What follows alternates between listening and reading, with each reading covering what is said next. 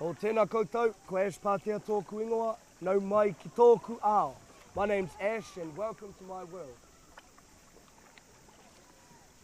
So, bro, what is your role at Kitai, and what is Kitai, and how many hours do you work? Like, My role, I guess, my role morphs between the cook and cleaner and the canoe get readier and I don't know, I just hold as many roles as need to be filled and try and do my best to support others to fulfill roles and find new roles.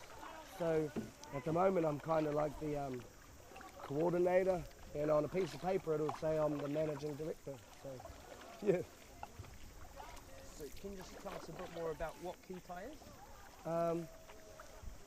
So Kitai is a collective of what we believe to be organically grown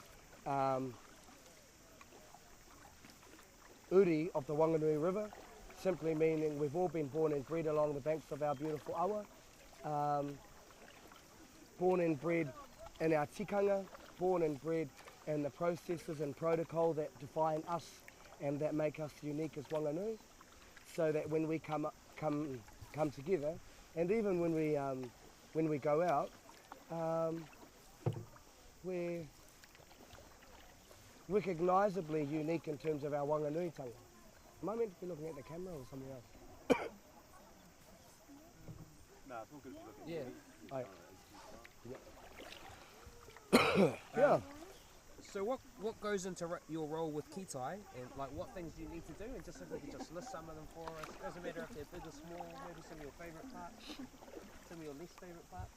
Oh, sorry. Hey, bro, do you want to try jump? Is there he sits on that big bus then over here? Yeah, that's first So aid. you guys are like Yeah. islands. Sorry, Zoe and Rachel. Thank want to you. be in the credits. Yeah, we better be in the credits. Oh yeah. Just thinking up what we want. We Yep. want, dear Zoe and Rachel, thank you for paddling us down the way. Oh yes. Being our backup band. Oh. And setting up the Oh, bro, that's way beautiful. Mate. I'm helping you paddle too. yeah. Oh. Yeah, bro. So what things go into your role at Kitai, and like just can you just list them for us, no matter how big or small, but chuck in some of your favourites and some of your least favourites. Oh yeah. So some of the best things that some of the best parts about being involved with Kitai is meeting new people, whether on the river or working in education in our schools. Some of the highlights are seeing Māori and non-Māori kids in our mainstream kura connect with tikanga, connect with things Māori, and embrace the importance of being Māori, whether you're Māori or not. So I kind of, that's definitely a big highlight.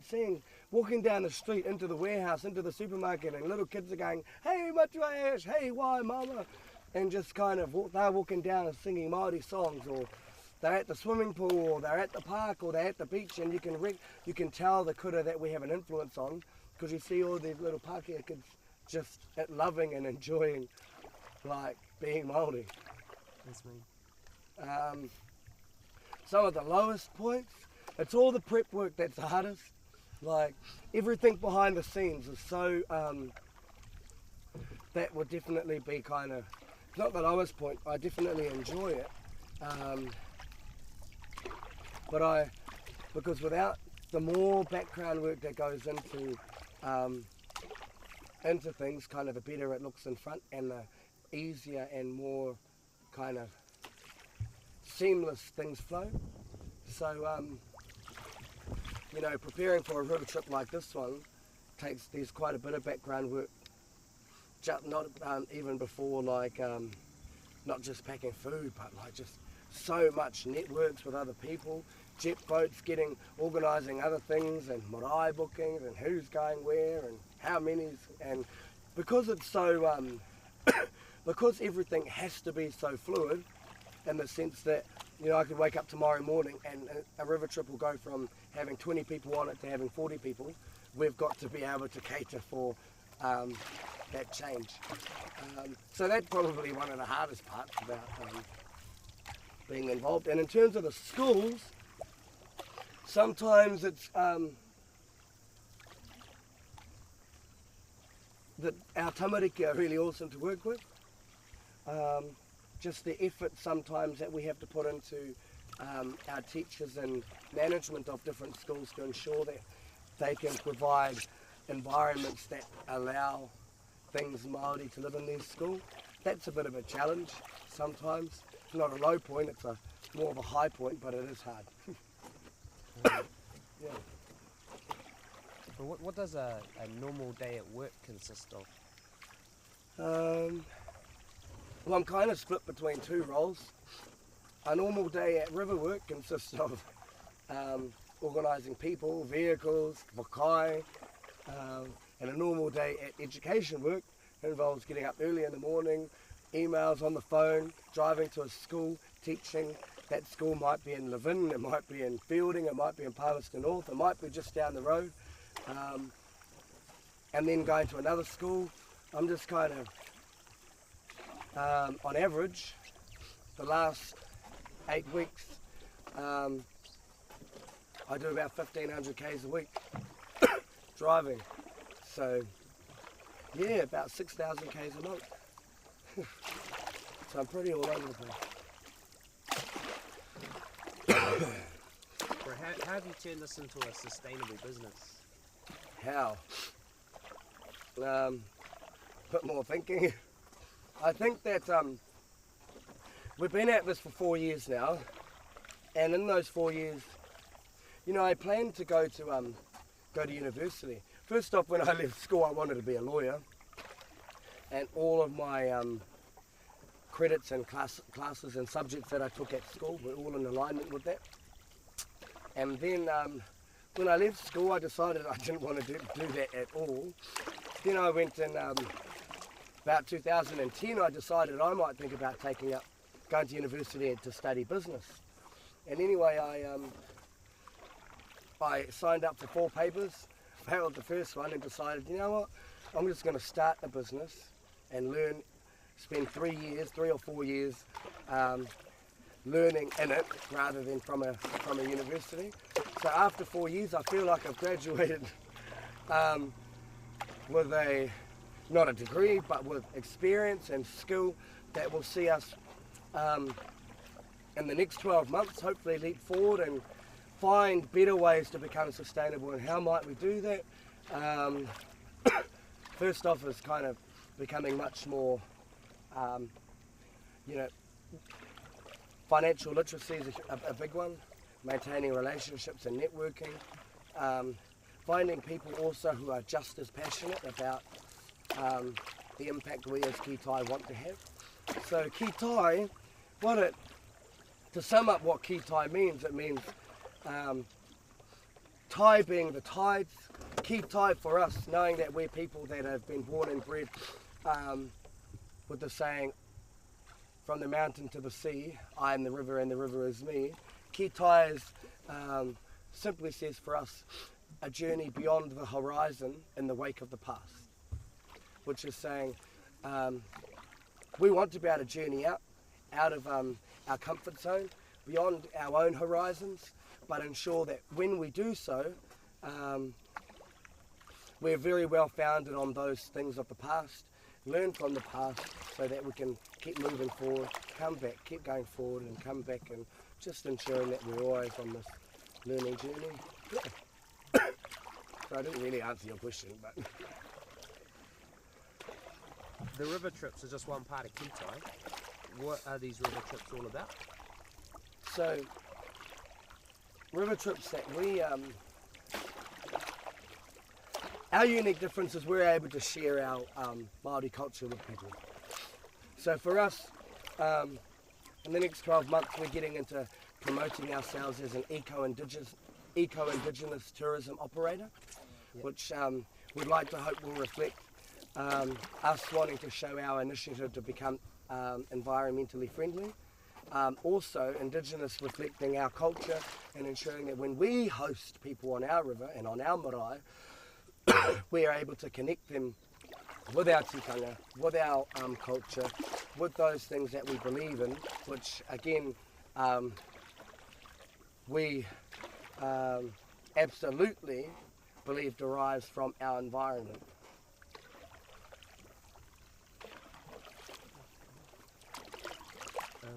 One question I've been Pardon? just one question I've been dying to ask for. What's up with the mustache? The mustache. First time I wore this moustache was about 5 years ago, and I like it. People look, they talk, I stand and stare back. It's a catalyst for interesting conversation, makes other people think and reflect. Yeah, I like it. Bro, you've made this a bit of a whānau run company. Tell us about the Kitai whānau and their role. And even just personally, like, I've been real impressed with the age range and the fact that there is this kind of sense of succession. Maybe touch on that. So, my younger brother, he's on this trip. He's 13. Why we've got him on here is so that he can learn as much as he can while he's young.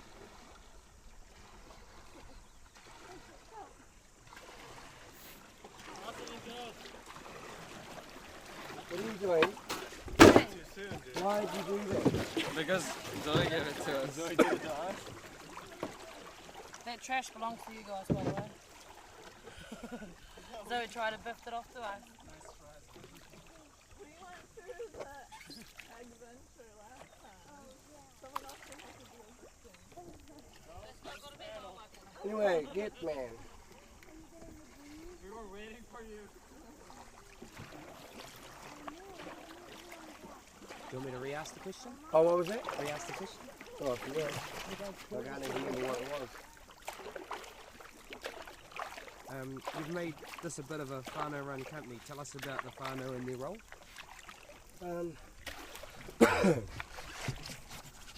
I guess we're all just here to help each other out.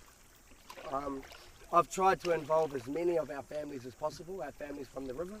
So amongst our team is a good reflection of families that are connected right from the mountain to the sea. So we've got families involved in Kitai who come from the mountain, who come from our neighbours, Ngā Raudu and Ngāti Apa, also from the middle and the lower reaches of the river. So it's really cool that just within our Kitai team we're able to reflect not every, but many different parts of the Whanganui River, so that when we do get up and say I am the river and the river is me, we're a team that actually reflect that in terms of whakapapa. What are our different roles? I don't know, everyone just fits in with where their personality allows them to do so, really. Where their skill and experience allows them, or where people kind of, you can never have too many people helping out.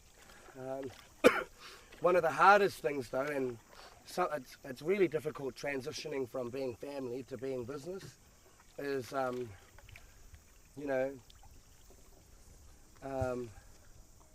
is money. Money is I'm not a, we all need money, but money versus kaupapa is a really big struggle for Māori in general, I reckon. We want to carry our kaupapa, but when there's money involved, people's intentions then change.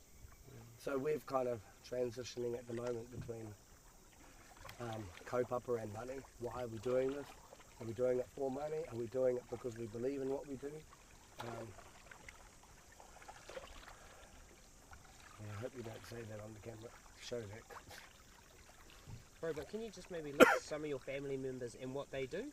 And specifically when you talk about your mum, talk about some of the cooking she does. So my mum's amazing. When it comes to anything, my mum's there and she'll cook, and with whatever she has. She might have lots of ingredients or not much ingredients. She'll have everything ready and ensure that people are well fed. Yeah, she's awesome. This is the first time my mum's actually come on a trip to cook. So I asked her if she'd come. What kind of things has she cooked on this trip so far? Well, she was lucky on this trip because we cooked everything before we got on the trip. So she actually had an easy job just to preheat everything. But yeah, we've had spaghetti bolognese or nachos with mince and sour cream. We've also had curry, kumara salad, garden salad. We had hangi. Just to name a couple of things. Do you want to share about like your dad's role, your sister's role, some of your cousins, your brother?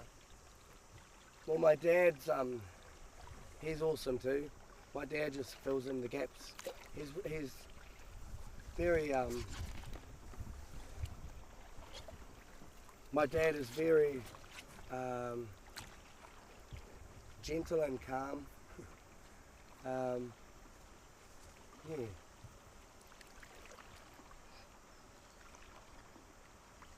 We might hit a couple of rocks and stuff, but it won't be bad. It'll just be like scrape.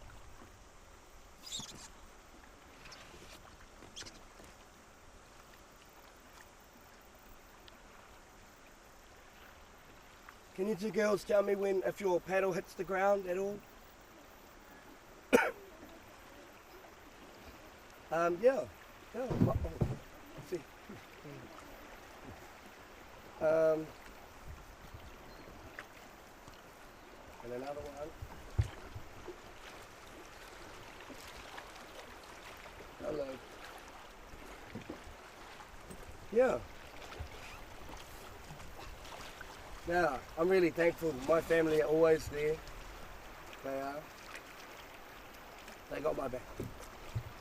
Yes. Once we get out of this, Yeah. can you just tell me a bit like just about your family and their roles? So like, go through your brother, your sister, and maybe a couple of your cousins. Pick your favourites. Okay. So,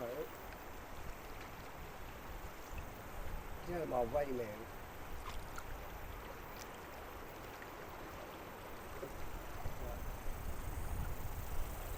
Yep. So my mum, she's my mum. My dad, he's my dad. One of my sister's mama, she's only just turned 20. She might be turning 21 soon, I think, actually. But she is a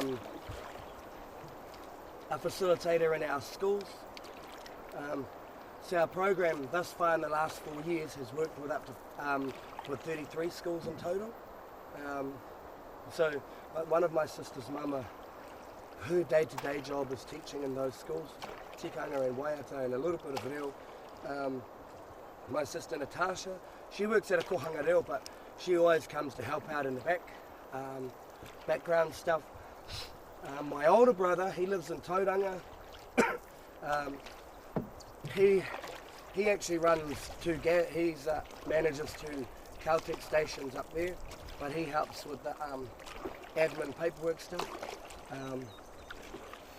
In the next 5 years, I'd like to hope that we can employ as much of my family and extended family as possible.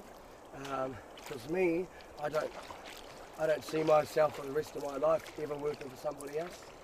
I want to, for the sake of me and my family and my people and tikanga and te reo and Māori in general, would like to see that we look at creative opportunities or find creative ways to extend our employability via our skills as Māori. Hence the reason we teach culture in our schools, and when we put people on the Whanganui River, our unique difference is teaching, coming through the river and sharing a little bit of our world with our manuhiri, our visitors. Yeah. Can you talk about maybe your little brother? Ngāpuke. I'd like to hope that when he's 16 we can give him a job, which is why my little brother Ngāpuke, while he's got no ears, I reckon he listens the most, because he'll remember everything that he stuffed up. He'll remember all the times he didn't listen and something went wrong. So now's the best time to put him on the back of a 6-man or a 2-man or any canoe to get him used to steering and all of those things. Yeah. So have you guys been quite purposeful about like bringing up younger people? Have you been quite? I've been quite purposeful in terms of my own family. Tried with other people, but you know, you just, when you get disappointed with other people, you just give up. So I decided to stick to my own because they're not reciprocating, and yeah, stick with the people who've really got your back. Stink, eh? How would you describe you, or how do you think your whānau would describe you? I think my whānau would describe me as different, out there, annoying, demanding, a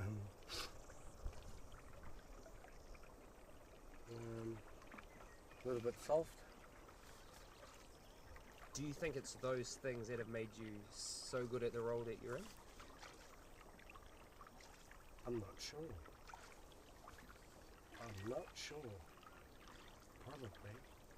Probably. What is your biggest challenge for you in Kitai?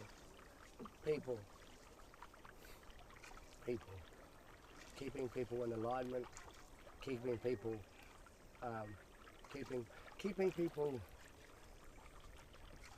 on top of things, ensuring that we have a good, I don't know, people. Right, we'll come back soon. Couple more questions. Yeah. Is it hard with like people having other jobs and just working around bookings and other people's lives and stuff? Well, the cool thing about Kitai is that we've never ever, to date, if those working in the schools have got full-time work all year round. So, in terms of getting some sustainability, a lot more work and effort has to get put into the river. I'm not saying that there hasn't been a lot of work and effort being put into the riverside, but at the moment we don't have a sustainable job for many people to bring down the river. I'd like to say that I'd like to hope that in the future we will. So that's something we've just become used to dealing with. It's a dream for people to be able to guide on the river and then chill out in winter, then come back to guiding. But it's a dream that unless you're prepared to travel internationally as a river guide, where you guide on our summer and then go up northern hemisphere and guide in Canada and in those places, it's we've got to find some way to make that dream come true for people, for some of our own people. Yeah. But it also takes a little bit more effort and work and commitment, and so I believe people can only get what they get in, what they put in. So if that's your dream, I'd say to our crew, well, stick at it. Yeah. So tell us about this particular trip and like who's on it with, who you've enjoyed the most.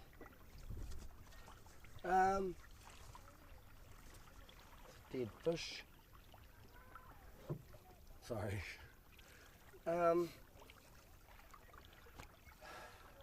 I've enjoyed having my younger brother on here, even though he's got no ears. I've enjoyed having him on, just knowing that in a few years' time he's going to be capable. I've also enjoyed having my little nephew on, just so that he's exposed to all the elements of our river as a young'un, as a young boy, knowing that one day he's going to be capable of fulfilling and stepping and following behind our footsteps if he chooses to do so. I've also enjoyed having my aunties and uncles on the river, because I don't know, without our uncles and aunties we probably wouldn't be the people that we are today. So just knowing that we're well supported by them is a really good feeling.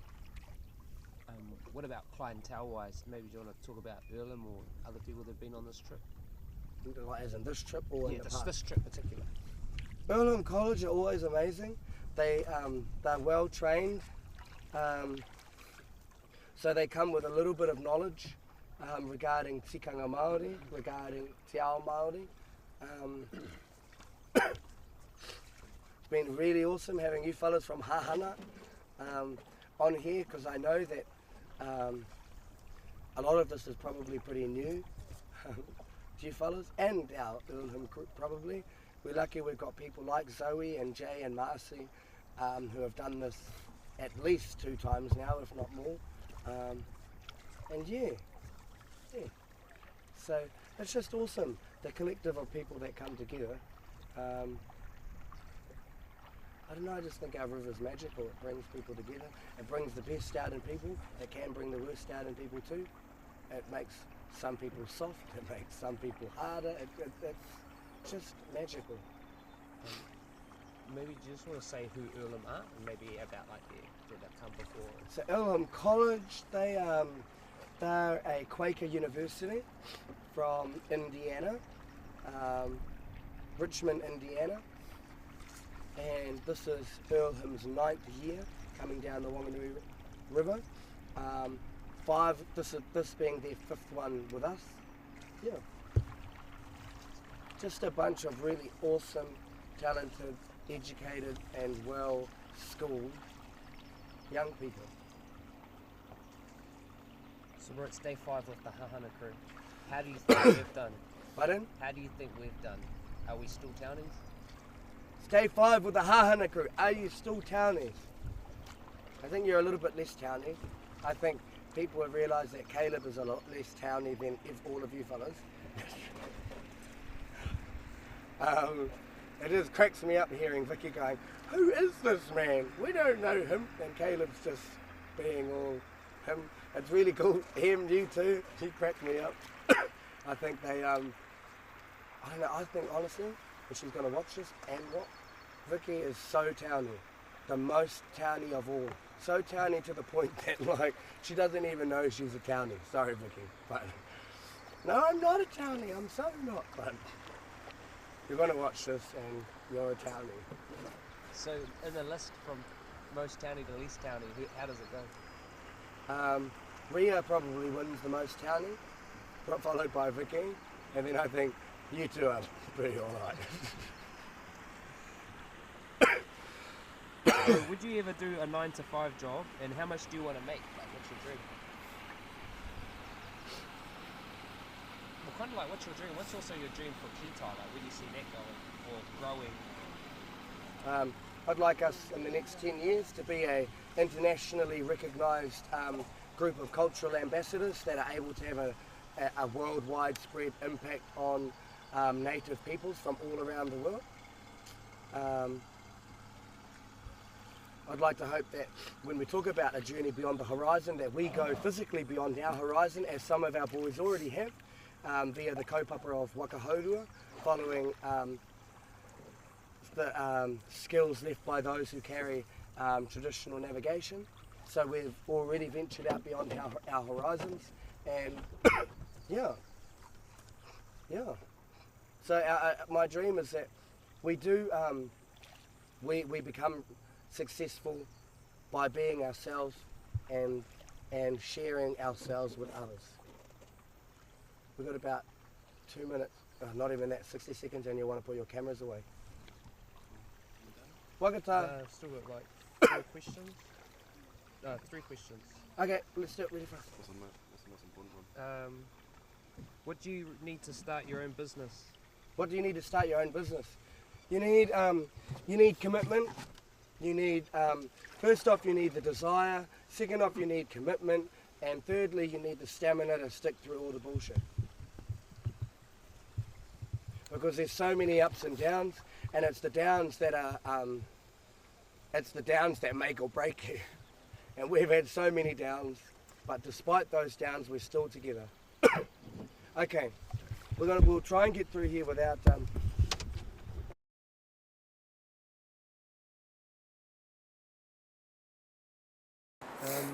What's 5 tips for surviving the awa?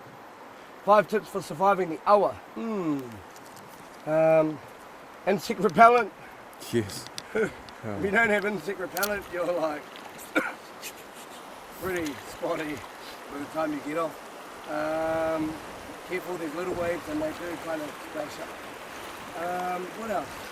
Insect repellent. Toilet paper. for ladies, wet wipes.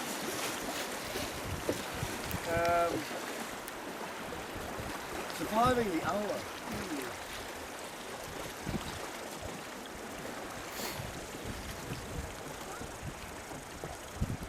You've got to leave your townie at home.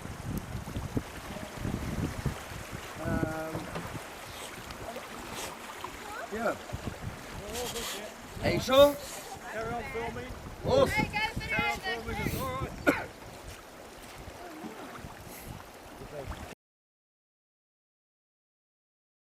Can we do that question again? Oh shit, she's shallow. Gosh. Okay, I'm gonna need you girls to paddle. You'll hand this flip No, around. we'll be alright. Thank you, Zoe and Rachel. There's just logs there, I've got a little gap to get through. Okay, dig it in. I've got it. Right, and there, got it. Yep, wagata. Yep. Oh, did they go? They went for a swim and we watched them swimming.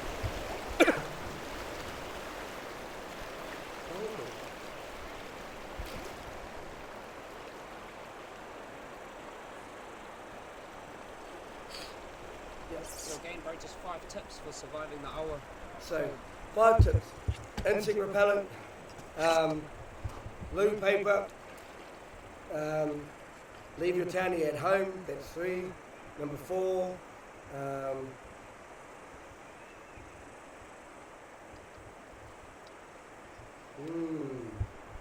don't know, I've got 3.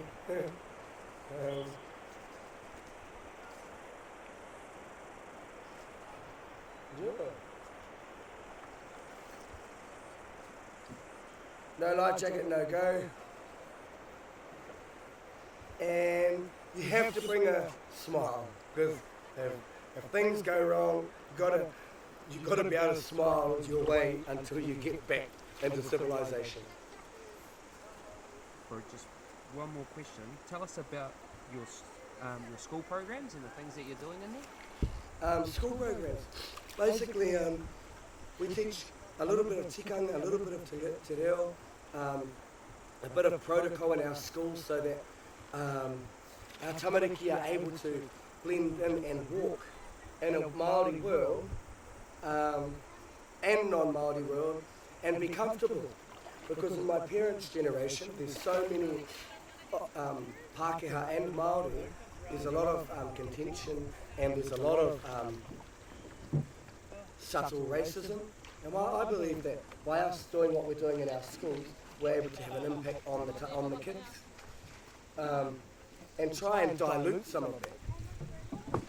And so teaching in the schools, kids that range from year 1 to year 13 in different ways, gives us the opportunity to have that influence. And also,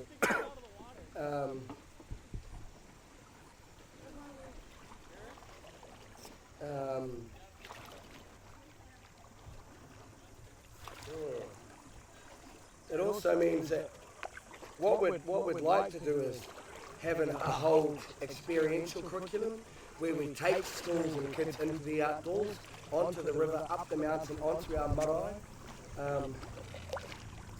and preparing them for those things so that they're capable and aware of what they need to know before they enter some of these environments. Yeah.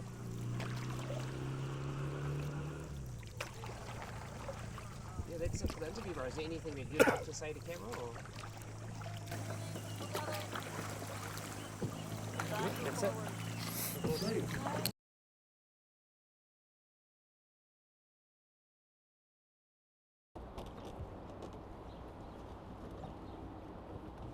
Where do I look at Johnson, eh? What's your shot size, bro? Like I'm pretty much like your whole body's in. I'm getting quite a lot of the background in as well. Hey, make sure I don't have what's it called? Toe.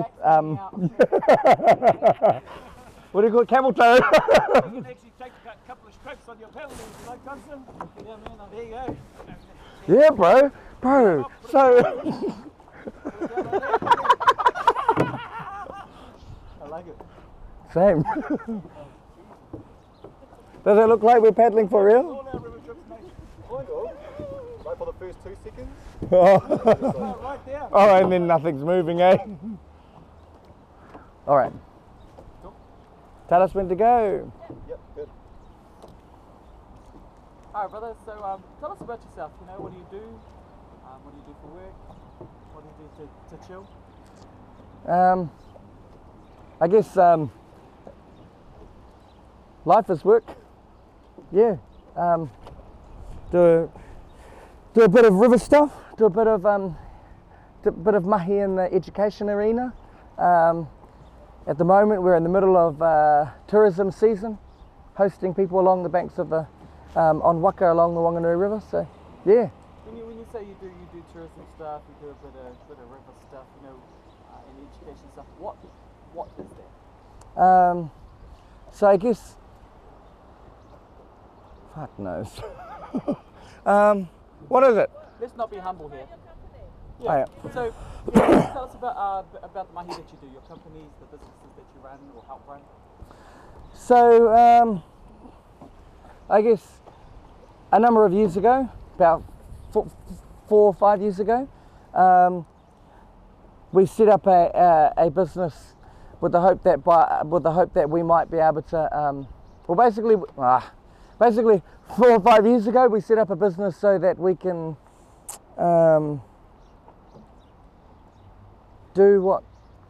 create our own jobs doing what we want to do.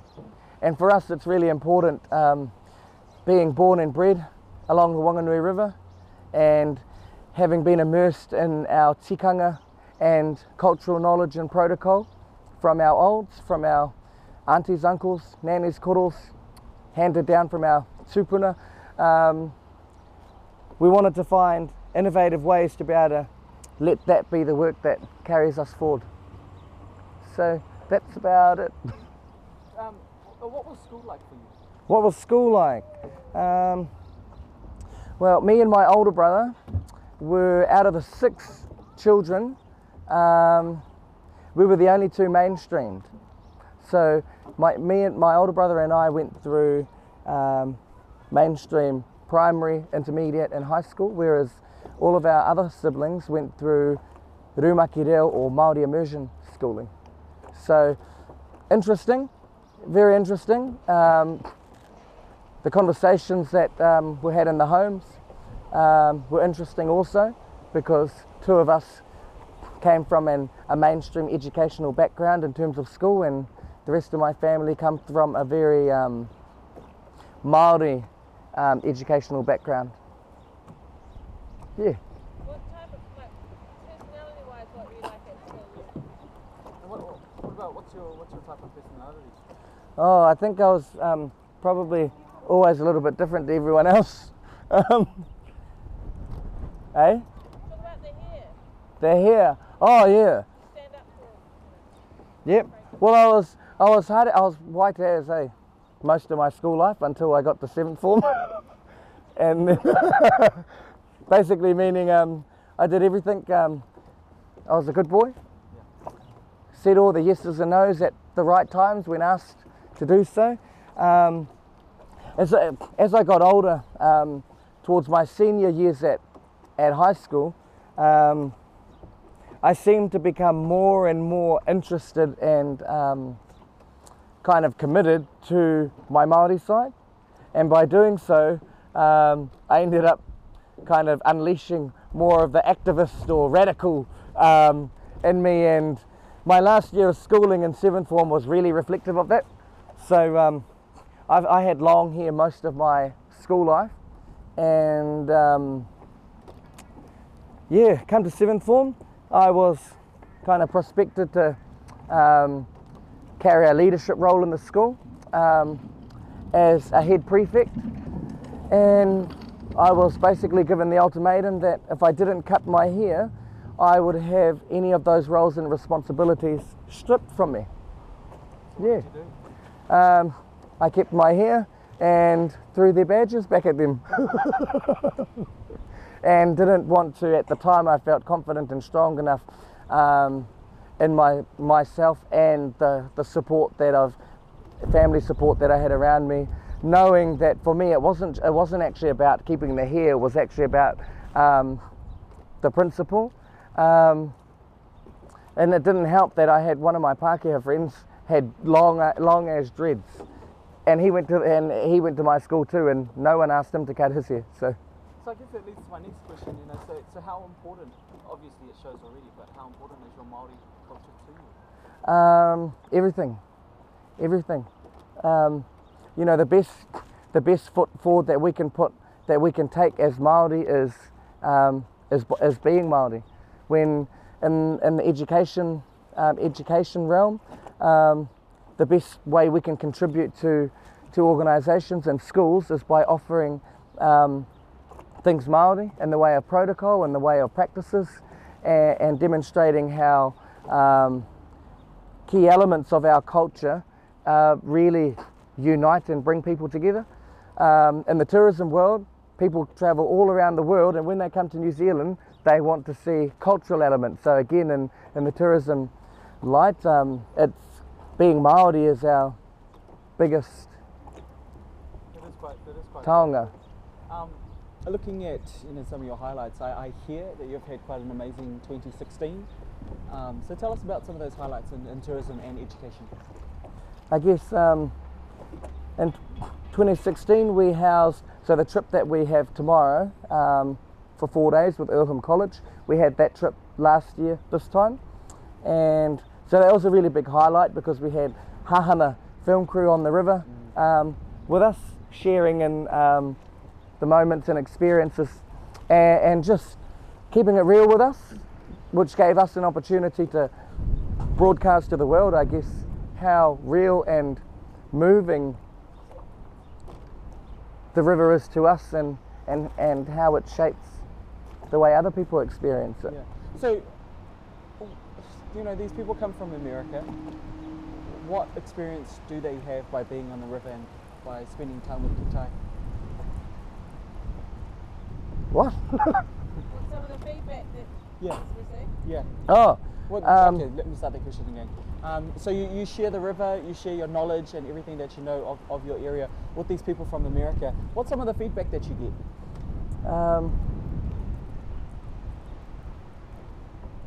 Some of the feedback, we hear comments like, that was the most moving experience of my life. Parts of the Wanganui River, we take people in.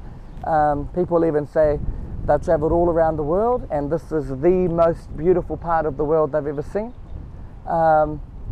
They're inspired by, I guess, the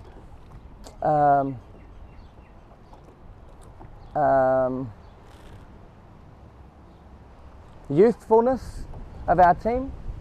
So, yeah. You're getting further and further apart. Is that all good? Does this look like we're holding hands without holding hands? Okay. What about, can we say why? I want to talk about the river. Yeah. It's different to any other. Okay, so I'm going to ask about the river and then go. Or do you want to go tours first and then the river? Either way. Okay, cool. All right. What makes this company different to all the rest of Yeah. them? Okay, cool. I see this kind of just this glow in your eye when you talk about the river, about Wanganui River. Why is it so important to you? The river's like our bloodstream. It's our life. It provides for us, gives us experiences. It connects all the marae from the mountain to the sea, therefore connecting all of its people in that way. So for us, and the mahi that we carry, it's great. Yeah, so for us and the mahi that we carry, so, Vital, like, huh? sorry, I'm just trying to Can you just tell me the answers that you need, babe? Because time's getting on. Huh? Can you tell me the answers you need? Yeah, why the river is so important and kind happens if something happened to the river? We're just trying to. You were doing good. Sorry, babe. I was trying to give you a word, but I couldn't think of one. Fuck knows. Why is it so important to the work that you do? So not what makes us unique. Well, you, Okay. So I'll ask that question. Oh, yeah. And that's what gives you a business edge. And then we'll go into business. Uniqueness. Oh, yeah. Okay, cool.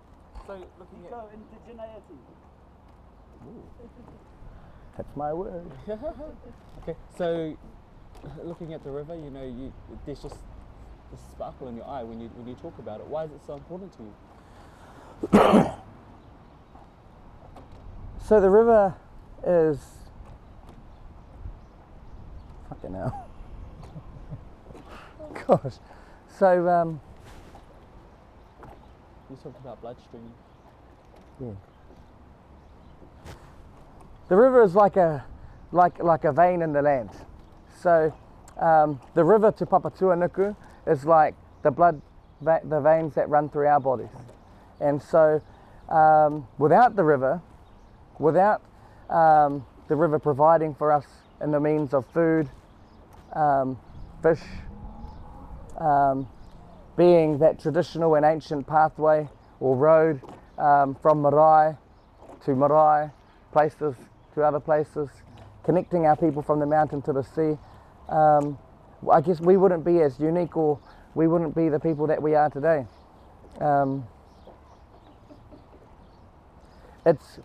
It's important in both a physical setting. It's a place in which we can have our hui. It's a place we can come and have fun. It's a place we can we swim with our awa. That's how we in a number of different ways we become one with our awa. But also from a spiritual point of view, it's a place that we come to baptise our children when they're born. It's a place that we have karakia. It's a place that we can sit beside and reflect. And there's a saying, it goes like this: Kawakae kōrero mō te awa, kōrero ki te awa. Don't talk about the river, talk to the river. And so for us, we can literally do that. Come down and talk to the awa and know that in some way or form, the awa can respond, and it may not respond how we want it to, but it's definitely Looking at your business, an ultimate and provider obviously there's other for us, the businesses that people of run on the Wanganui River. What's the difference with your business? And obviously there's other businesses that run on the Wanganui River. What's the difference with your business? So we're a collective of whānau, of families from different parts of the Wanganui River, and what makes us really unique is we're from the areas that we're showing people, where we have direct wakapapa or genealogical connections to the places that we traverse along the awa. So we're not just tourists ourselves, and we're not just a guide showing people and sharing history. We're actually people who have walked in those footsteps of our ancestors, and people who have experienced what it's like to really have lived and breathed Checking back on these. in these lands that we're lucky enough to call home. what skills have you learned that has taken helped you? Is that before we go into challenges? Yeah? Is that before we go into challenges? Oh yeah, I got this. So which ones do you want for Yeah. employability skills? Can we do the employability skills first? So which ones do you want for employability skills to make this all happen? Yeah. Cool. So what skills and knowledge do you need to make this all happen? Well, I think that's another example of how the river has provided. So having been at one stage volunteering my time, like a number of cousins and other relatives of mine, to significant journeys that our iwi hold, one of them being the Tira Hoi Waka o Wanganui. It's a place where I have learnt to network, and not so much networking in ways that we go to, you know, those who go and study a business degree will learn the importance of networking. And when you're on the river, you cross paths with a number of different people who come from a number of different walks of life. Being in a space where to survive on the river, you've got to be friendly and you've got to say hello and you've got to offer support and encouragement, and so networking is a really big skill that the river has provided opportunities to grow and develop, and in doing so that's helped network and maintain relationships right to this day. And create for our employment, business. not only for yourself but for everybody else as well, right? Yeah. I know that your dad is quite an important part of this whole journey, and he's taught you a lot in pretty much everything that you know about the river. Why is that? Can we just change that question to challenge? Okay. And And then he'll talk about it. Yeah. Okay. Thank you. Alright. So what are some of the challenges that you've had to overcome in order to get to this place now? Some of the biggest challenges, kind of in general, have been the integration of Māori and non-Māori concepts.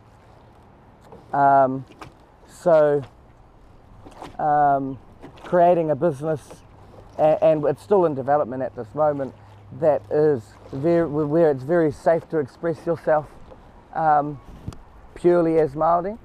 So one of the challenges is when we're working with businesses and organisations and schools that aren't so receptive of that, and supporting others to and finding ways to work with others, and finding, I guess, kind of blending an approach between what can be seen to be two very different worldviews, and finding the commonalities between them and working together. So that has in the past presented some really big challenges, but they're challenges that we walk and face each day. So I'm sure we'll still have a number of those challenges ahead. What about looking on a personal level? On a personal level,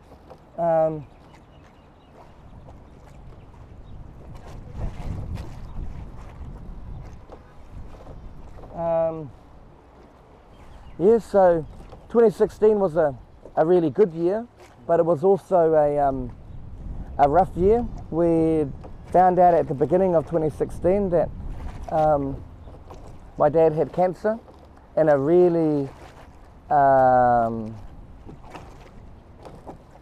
had a really rare form of cancer. Cancer on the thymus gland, which is right next to the heart. And still to this day, we're unaware of, we know that he's been through chemotherapy and radiation and a number of other alternative measures to try and cure the cancer that he has. But whilst we've been, as a family, that's hugely impacted on our family. Dad being kind of a real stronghold, keeping us together.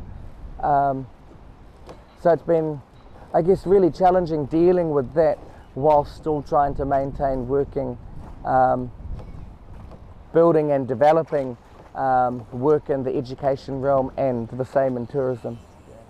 So yeah. He's pretty much covered off everything, right?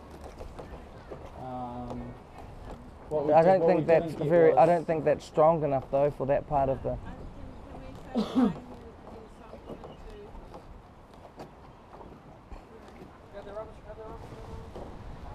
So the things that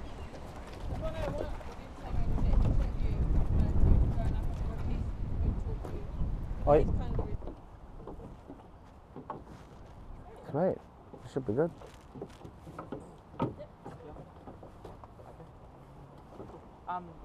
your dad's quite a vital important to Sorry, what was that, bro? English was my first name. Are you sure?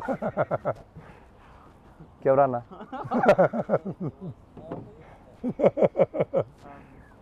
Your dad's quite a vital part of your life, and he influences you in so many ways. Why is that? So I guess if I go right back to 1997. 1997 was my dad's first experience doing the Tira Hoi Waka, that iwi pilgrimage that I spoke about earlier. And as Dad's little tag along, I went along and I was a roadie for him in that year. And it's not till later on that I've realised the importance of that small part of my life. He introduced, from being born to 7, I only knew my mum and dad and my grandparents. And so from 7, I was exposed to more than that, and that was kind of the beginning of meeting more cousins and aunties and uncles, who, in hindsight now, have played a huge role, a crucial part in developing the person I've become. So, Dad, in that sense, has been a really big contributor. He's always helped and supported whatever his children have endeavoured to pursue. And I was lucky that he was able to put that time in and take us and expose us to things that would help us.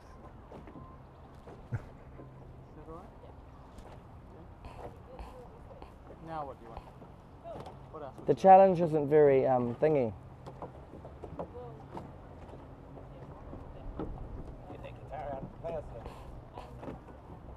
You should know that song. What's a song?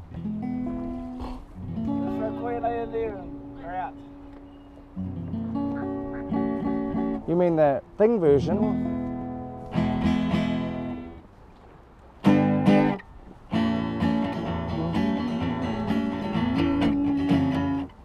Share us a song from here.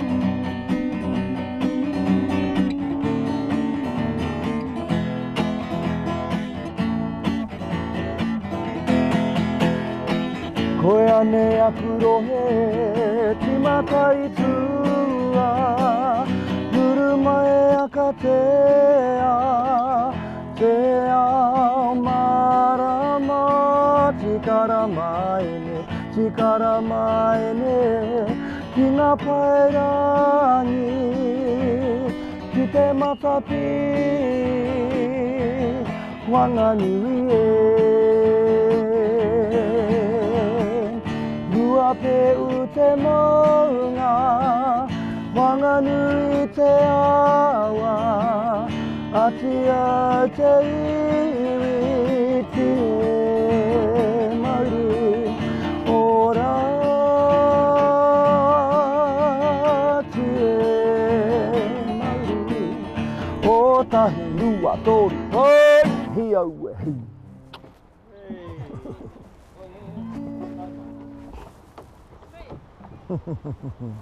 Other activities on the river?